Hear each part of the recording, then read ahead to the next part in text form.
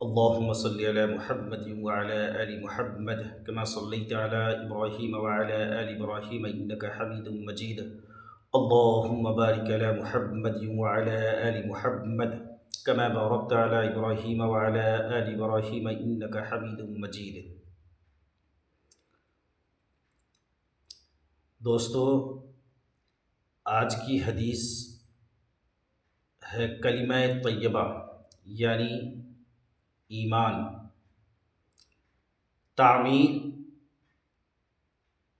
अवामिर में कामयाबी का यकीन।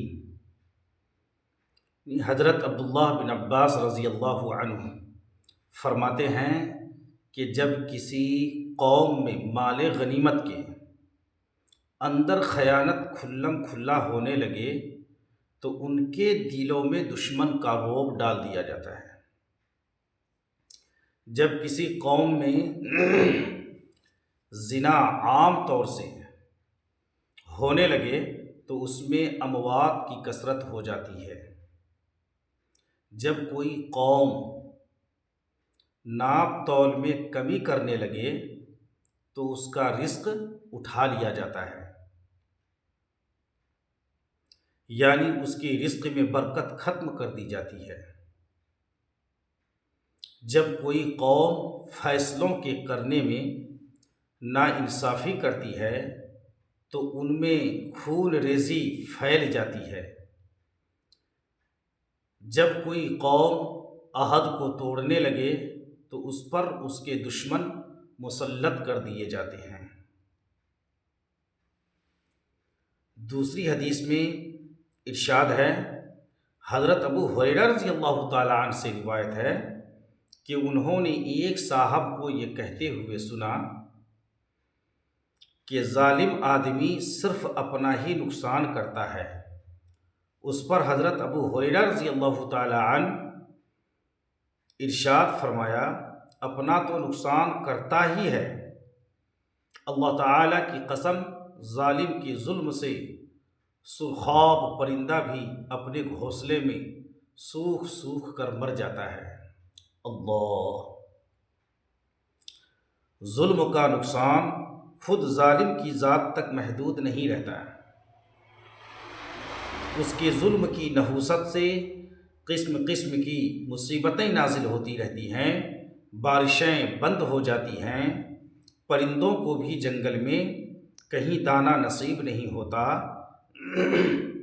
और बिल आखिर वह भूख से अपने घोंसलों में मर जाता है।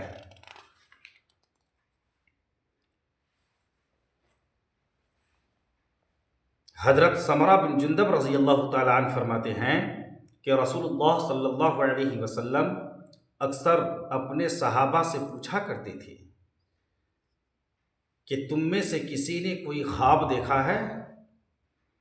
जो कोई ख्वाब बयान करता तो आप सल्लल्लाहु अलैहि वसल्लम उसकी ताबीर इरशाद फरमाते हैं।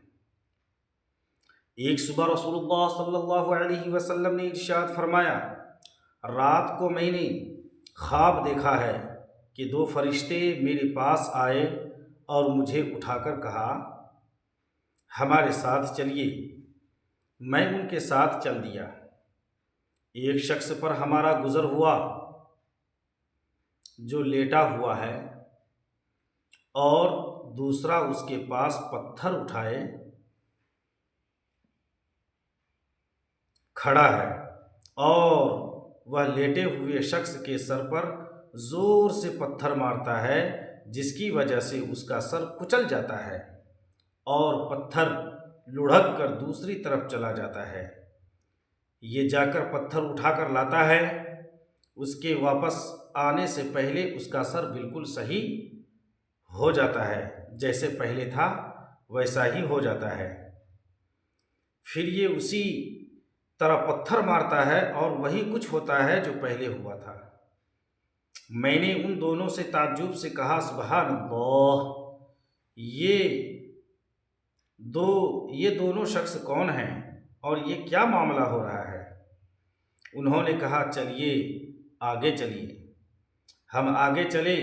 हमारा गुज़र एक शख्स पर हुआ जो चीत लेटा हुआ है और एक शख्स उसके पास जंबूर, लोहे की कीलें निकालने वाला आला लिए खड़ा है।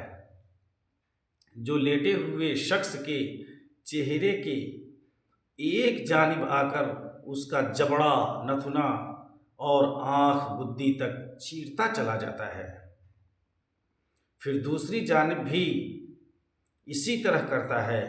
अभी ये दूसरी जानिब से फारिग नहीं होता है कि पहली जानिब बिल्कुल अच्छी हो जाती है।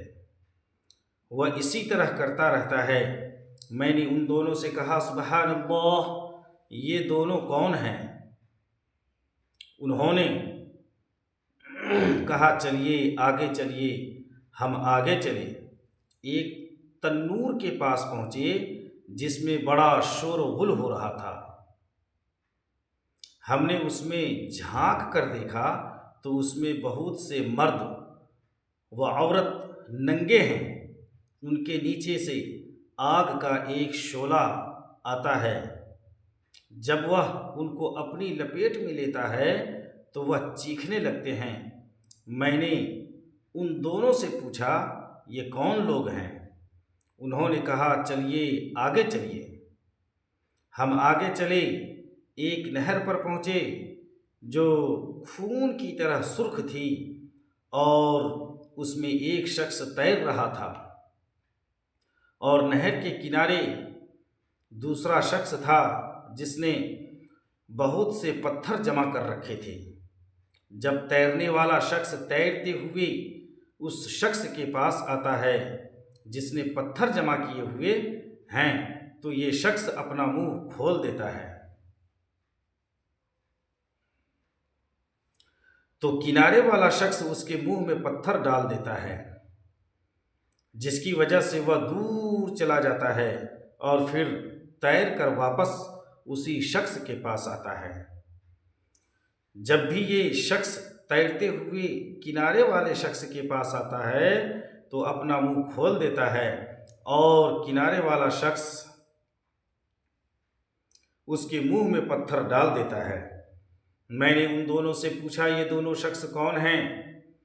उन दोनों ने कहा, चलिए आगे चलिए। फिर हम आगे चले तो जितने बदसूरत आदमी तुमने देखे होंगे उन सब से ज़्यादा बदसूरत आदमी के पास से हम गुजरे। उसके पास आग जल रही थी जिसको वह भड़का रहा था और उसके चारों तरफ दौड़ रहा था। मैंने उनसे पूछा, ये शख्स कौन है? उन्होंने कहा, चलिए आगे चलिए। फिर हम एक ऐसे बाग में पहुँचे जो हरा भरा था और उसमें मौसम बहार के तमाम फूल थे। उस बाग के दरमियान एक बहुत लंबे साहब नज़र आए। उनके बहुत ज़्यादा लंबे होने की वजह से मेरे लिए उनके सर को देखना मुश्किल था। उनके चारों तरफ बहुत सारे बच्चे थे। इतने ज़्यादा बच्चे मैंने कभी नहीं देखा। मैंने पूछा, ये कौन हैं और ये बच्चे कौन हैं? उन्होंने मुझसे कहा, आगे चलिए आगे चलिए। फिर हम चले और एक बड़े बाग में पहुँचे। मैंने इतना बड़ा और खूबसूरत बाग कभी नहीं देखा। उन्होंने मुझसे कहा, उसके ऊपर चढ़िए। हम उसके ऊपर चढ़े और ऐसे शहर के करीब पहुँचे जो इस तरह बना हुआ था कि उसकी एक ईंट सोने की थी और एक ईंट चांदी की थी। हम शहर के दरवाजे के पास पहुँचे और उसे खुलवाया। वह हमारे लिए खोल दिया गया। हम उसमें ऐसे लोगों से मिले जिनके जिस्म का आधा हिस्सा इतना खूबसूरत था कि तुमने उतना खूबसूरत न देखा होगा। अल्लाह। और आधा हिस्सा इतना बदसूरत था कि उतना बदसूरत तुमने न देखा होगा। अल्लाह। इन दोनों फरिश्तों ने उन लोगों से कहा कि जाओ उस नहर में कूद जाओ। मैंने देखा सामने एक चौड़ी नहर बह रही है। उसका पानी दूध जैसा सफ़ेद है। वह लोग उसमें कूद गए। फिर जब वह हमारे पास वापस आए तो उनकी बदसूरती ख़त्म हो चुकी थी और वह बहुत खूबसूरत हो चुके थे। दोनों फरिश्तों ने मुझसे कहा, ये जन्नत अदन है और ये आपका घर है। मेरी नज़र ऊपर उठी तो मैंने सफ़ेद बादल की तरह एक महल देखा। उन्होंने कहा, यही आपका घर है। मैंने उनसे कहा, बारकल्लाहु फ़ीकुमा, अल्लाह ताला तुम दोनों में बरकत दें। मुझे छोड़ो, मैं उसके अंदर जाऊं। उन्होंने कहा, अभी नहीं, लेकिन बाद में तशरीफ़ ले जाएंगे। मैंने उनसे पूछा, आज रात मैंने अजीब चीज़ें देखी हैं, ये क्या है? उन्होंने मुझसे कहा, अब हम आपको बताते हैं, सुनिए। पहला शख्स कौन था?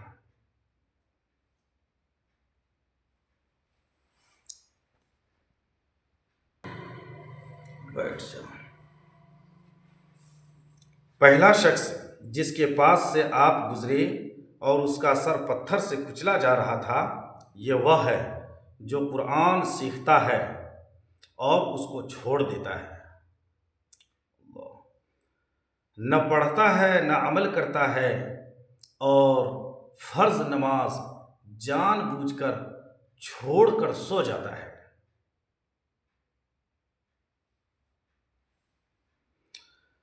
दूसरा वह शख्स है जिसके पास से आप गुजरे और उसके जबड़े, नथुने और आँख को गुद्दी तक चीरा जा रहा था। ये वह है जो सुबह घर से निकलकर झूठ बोलता है और झूठ दुनिया में फैल जाता है। इसलिए दोस्तों, झूठ बोलने से बचें। अगर अपने अंदर झूठ बोलने की जरा सा भी आदत है तो उस आदत को छोड़ाइए और झूठ से परहेज कीजिए और बचिए। तीसरा शख्स कौन है? तीसरा शख्स वह नंगे मर्द और औरतें जिन्हें आपने तन्नूर में जलते हुए देखा था। जिनाकार मर्द और जिनाकार औरतें हैं।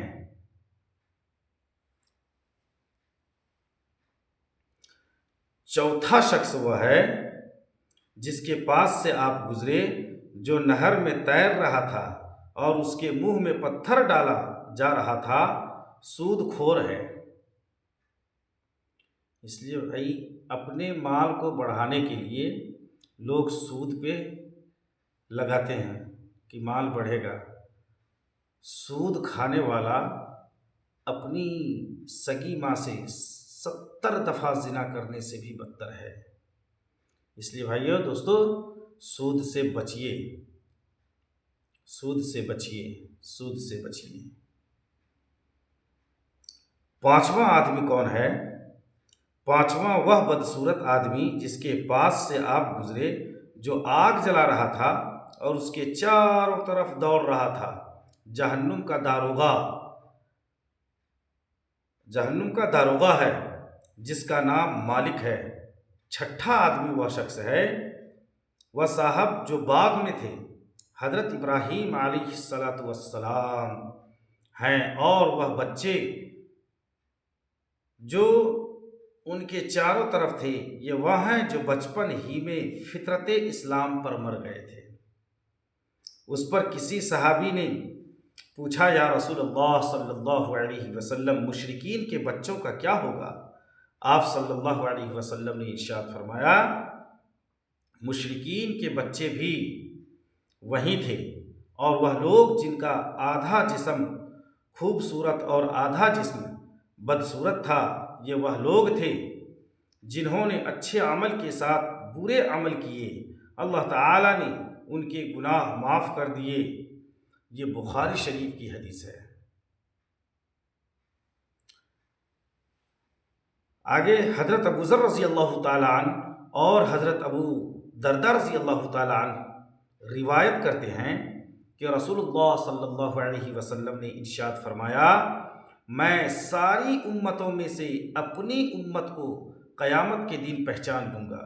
जितने अम्बिया अलैहिमुस्सलाम दुनिया में आए, तमाम अम्बिया अलैहिमुस्सलाम की उम्मत के बीच में अगर ये उम्मत मुहम्मदिया रहेगी, यानी आप सल्लल्लाहु अलैहि वसल्लम की उम्मत रहेगी, तो आप सल्लल्लाहु अलैहि वसल्लम अपनी उम्मत को पहचान लेंगे। कैसे पहचानेंगे? आप सल्लल्लाहु अलैहि वसल्लम ने इरशाद फरमाया, मैं उन्हें उनके आमाल नामे दाएं हाथ में दिए जाने की वजह से पहचानूंगा। अब सोचिए दोस्तों कि दाहिने हाथ में नामे आमाल होगा तो आप सल्लल्लाहु अलैहि वसल्लम पहचान लेंगे। तो दाहिने हाथ में नामे आमाल हमें और आपको मिले, इसके लिए अल्लाह का हुक्म अपनी ज़िंदगी में लाना होगा और अपने नबी आका सल्लल्लाहु अलैहि वसल्लम के तरीके पर चलना होगा। जैसा आप सल्लल्लाहु अलैहि वसल्लम बता करके गए हैं वैसे ही चलना होगा।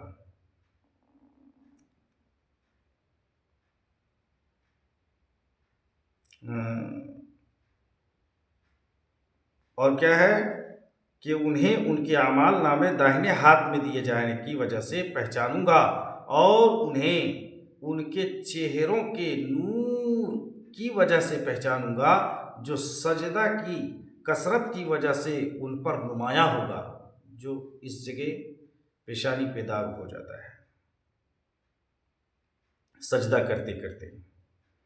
और उन्हें उनके एक ख़ास नूर की वजह से पहचानूंगा जो उनके आगे आगे दौड़ रहा होगा।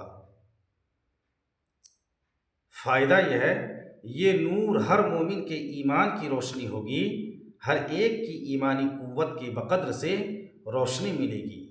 अल्लाह तबारक व तआला से दुआ करें कि अल्लाह तबारक व तआला हमें भी और आप तमाम सुनने वालों को भी अमल करने की तौफीक नसीब फरमाए। और आखिर में अल्लाह तबारक व तआला से दुआ है कि हमें भी और आप लोगों को भी 5 वक्त नमाज पाबंदी के साथ अदा करने की तौफीक नसीब फरमाए। आमीन व आखिरु दावाहुम अनिल हम्दुलिल्लाहि रब्बिल आलमीन।